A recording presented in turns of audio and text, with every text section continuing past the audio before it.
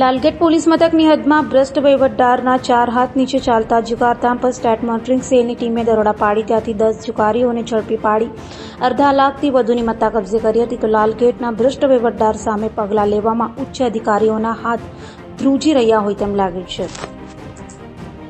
સુરતમાં વારંવાર state monitoring સેલની ટીમ દરોડા પાડી રહી છે, ત્યારે લાલગેટ પોલીસ મથકની હદમાં મદારીવાડ ખાતે ચાલતા અસલમ ઇબ્રાહિમ મેમણના જુગારધામ પર સ્ટેટ મોનિટરિંગ સેલની ટીમે દરોડા પાડી ત્યાંથી 10 જુગારીઓ જેમાં સલીમ શેખ, રફીક પઠાણ, દિનેશ ચંદ્ર રાણા, રફીક શાહ, તેજસ ઢોડિયા, મંજી ગોગારી, રાજેશ અરવિંદ વૈદ, હિતેશ હરગઢ ખત્રી, રાજેશ ચંદ્રવંશી અને શંકર બાલુબરેને ઝડપી પાડી સ્ટેટ મોનિટરિંગ સેલની ટીમે સ્થળ પરથી રોકડા રૂપિયા, મોબાઈલ ફોન, વાહન સહિત 51,000થી વધુની મત્તા કબજે કરી હતી. જ્યારે અસલમ મેમણ ભાગી છૂટ્યો હતો તો લાલગેટ પોલીસ મથકની હદમાં અગાઉ પણ જુગારધામો પર વિજિલન્સની ટીમને દરોડા પાડ્યા હતા, જેમાં સૈયદપુરા પોલીસ ચોકી પાછળથી જુગારધામ ઝડપાયું હતું.